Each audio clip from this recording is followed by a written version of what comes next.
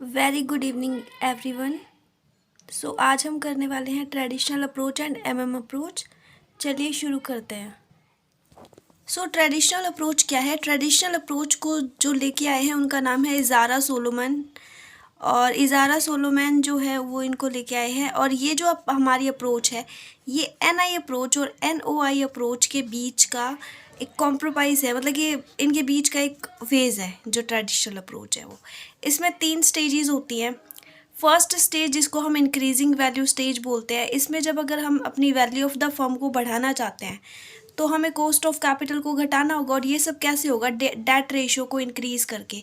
यानी हमें अपने डेट्स को बढ़ाना होगा, ज़्यादा डेट्स यूज़ करने होंगे, क्योंकि डेट्स जो होते हैं हमारे वो चीपर सोर्स होते हैं इक्विटी से।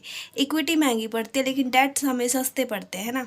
ऐसा माना जाता है कि डेट चीपर सोर्स है, इसीलिए डेट रेशियो को इंक्रीज़ कर दो तो फिर वैल्यू ऑफ द फर्म बढ़ जाएगी और कॉस्ट ऑफ कैपिटल कम हो जाएगी।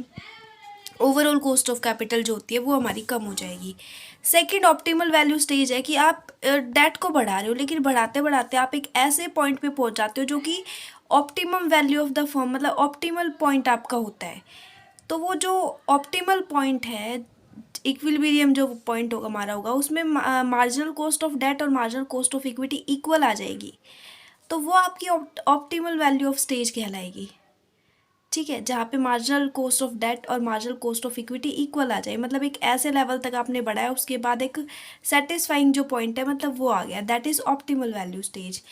देन हमारी जो थर्ड स्टेज आती है वो क्या है कि जब आप डेट को बढ़ाते हो तो कई बार ऐसा नहीं होता कि बहुत ज़्यादा ही आपने बढ़ा दिया तो नुकसान हो गया, और उसकी वजह से क्या हुआ, कॉस्ट ऑफ इक्विटी इंक्रीज़ होगी। यानी डेट को इंक्रीज़ करने से कॉस्ट ऑफ इक्विटी इंक्रीज़ होगी तो फाइनेंशियल रिस्क भी इंक्रीज़ हो गया और जिससे वैल्यू ऑफ फर्म हमारी जो है वो डिक्रीज़ होगी, घट गई। इसलिए इसको थर्ड स्टेज को हम बोल देते हैं डिक्लाइनिंग वैल्यू स्टेज। तो फर्स्ट इंक्रीजिंग होगी जहाँ पे हम डेट्स को बढ़ाते हैं और डेट्स को बढ़ाएंगे तो value of the firm increase होगी और ओवरऑल जो कॉस्ट ऑफ कैपिटल है वो डिक्रीज़ हो जाएगी। सेकंड, डेट्स को बढ़ाया लेकिन एक ऐसे लेवल पे जो कि ऑप्टिमल वैल्यू लेवल हमारा हो गया, मतलब इसके बाद हमें इसे नहीं बढ़ाना, रोक देना है। ठीक है, जहाँ पे मार्जिनल कॉस्ट ऑफ डेट और मार्जिनल कॉस्ट ऑफ इक्विटी जो हमारी है वो इक्वल हो जाएगी। थर्ड स्टेज की अब भी हम बढ़ाए जा रहे हैं ऑप्टिमल वैल्यू स्टेज के बाद भी, तो फिर इससे कॉस्ट ऑफ इक्विटी जो हमारी होगी वो भी इंक्रीज़ हो जाएगी, इक्विटी वाली कॉस्ट भी इंक्रीज़ हो जाएगी, जिससे वैल्यू ऑफ द फर्म हमारी कम हो जाएगी और हमारा जो फाइनेंशियल रिस्क जो है वो बढ़ जाएगा। ठीक है, देन आती है एमएम अप्रोच जिसकी फुल फॉर्म है मोदी गिलानी मिलर अप्रोच। तो इसको लेके आने वाले भी मोदी गिलानी एंड मिलर ही थे। इसमें हमें डेट और इक्विटी का एक ऐसे रेशियो, ऐसा मिक्सचर हमने करना होता है कि वो ऑप्टिमम ही हो। दैट मीन्स कि अगर हम उसमें कोई भी चेंज करें तो उसका वैल्यू ऑफ द फर्म और जो भी हमारी working average cost of capital है, यानी कॉस्ट ऑफ कैपिटल और वैल्यू ऑफ द फर्म पे कोई भी इफेक्ट ना हो अगर हम डेट इक्विटी रेशियो पे चेंज करें तो। ठीक है, यानी इसको चेंज करने पर इन दोनों में अगर कोई इफेक्ट ना आए तो वो हमारी एमएम अप्रोच होती है। इसका मतलब यहाँ पे हमारी ओवरऑल कॉस्ट ऑफ कैपिटल और वैल्यू ऑफ फर्म दोनों कांस्टेंट रहती हैं, बिल्कुल भी मतलब ना तो बढ़ती है ना घटती है, कोई इफेक्ट नहीं होता उन पे। और ये हमारा फॉर्मूला है वैल्यू ऑफ द फर्म निकालने का, EBIT अपॉन KO, मतलब जो अर्निंग्स आपकी हैं उसको ओवरऑल कॉस्ट ऑफ कैपिटल से आप डिवाइड कर दोगे। तो ठीक है, फिर उसी को मैंने आगे लिख रखा है कि डेट इक्विटी का एक ऐसा मिक्सचर, यानी कि ऐसा कैपिटल स्ट्रक्चर आप बना दोगे जिससे कि वैल्यू ऑफ फर्म पे कोई भी इफेक्ट नहीं पड़ेगा। तो ये जो हमारी अप्रोच है एमएम अप्रोच, ये NOI अप्रोच यानी नेट ऑपरेटिंग इनकम अप्रोच को सपोर्ट करती है। ठीक है, जिसमें कि कैपिटल स्ट्रक्चर आपका इररिलेवेंट होता है, इररिलेवेंट मान लेते हैं कि इररिलेवेंट है, कुछ वो काम का नहीं है, और जहाँ पे ओवरऑल कॉस्ट ऑफ कैपिटल भी कांस्टेंट है, वही चीज़ बार बार रिपीट हो रही है।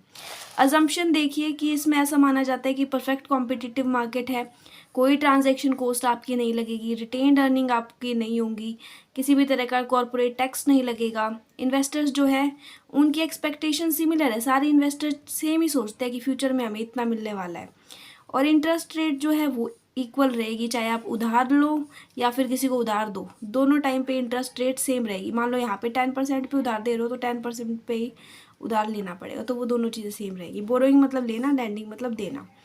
फिर अच्छा, ये इतना ही था। देन इससे रिलेटेड एक प्रैक्टिकल क्वेश्चन है।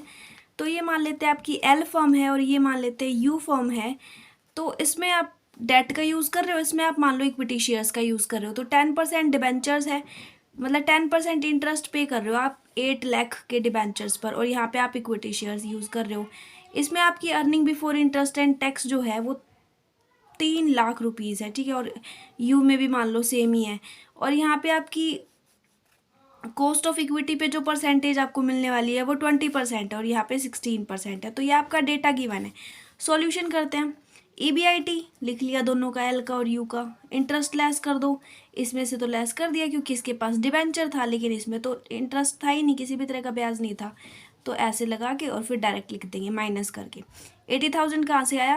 8 लाख का 10% इंटरेस्ट 80,000, फिर 3 लाख में से 80,000 माइनस कर दिया, 2,20,000 हो गया, और यहाँ पे 3 का 3 लाख हो गया। देन के गिवन था 20% और 60%, वो निकाल लो। फिर उसका फॉर्मूला मैंने आपको पहले 2-3 वो करवाया ना, उसमें था, जैसे ये नेट इनकम अप्रोच करवाई थी, नेट ऑपरेटिंग इनकम, कि जैसे फर्स्ट इसका निकालना है तो इंटू 20/100 नहीं होगा, बल्कि 100/20 होगा। ऐसे ही इसमें भी उल्टा हो जाएगा, 100/16। देन इनको सॉल्व करेंगे तो हमारी इक्विटी कैपिटल यानी एस की वैल्यू आ जाएगी, value of equity capital. First की आई 11 लाख, सेकेंड की आई 18,75,000। एस की आ गई तो फिर बी की भी वैल्यू चाहिए, तो बी डिवेंचर जहाँ यूज़ होगा उसी की होगी ना वैल्यू, तो इसमें डिवेंचर यूज़ है, इसकी वैल्यू आ गई, यू में है नहीं, तो इसको फिर ब्लैंक लगा दिया। अब वैल्यू ऑफ द फर्म, आपको पता है ये फॉर्मूला S+B पहले करवा चुकी हूँ, दोनों का टोटल कर देंगे, दोनों की वैल्यू ऑफ द फर्म आ गई। अब देखो यहाँ पे वैल्यू ऑफ द फर्म ज़्यादा है, यहाँ पे कम है। जब हमने डेट का यूज़ किया तो ज़्यादा आई है वैल्यू, और इक्विटी में कम आई है। और ओवरऑल कॉस्ट ऑफ कैपिटल और निकाल लेते हैं, तो ओवरऑल कॉस्ट ऑफ कैपिटल का ये आपका फॉर्मूला होता है।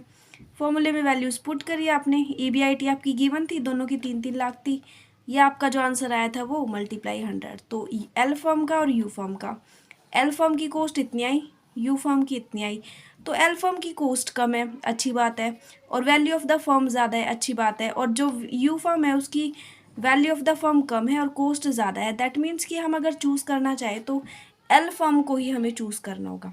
It is the best option, इसीलिए कहा जाता है कि डेट जो है वो आपका चीपर सोर्स होता है इक्विटी की जगह। ठीक है भाई, तो हो गया, ये समझ आ गया आपको। तो ये आपका अप्रोच का क्वेश्चन था। नेक्स्ट हम हमारा कैपिटल बजटिंग टॉपिक है वो हम पढ़ेंगे, ठीक है। तो ठीक है, अगर आपको समझ आया तो वीडियो को लाइक कर दीजिएगा, शेयर करना बिल्कुल मत भूलिएगा ताकि बाकी बच्चे भी पढ़ सके। Thank you so much.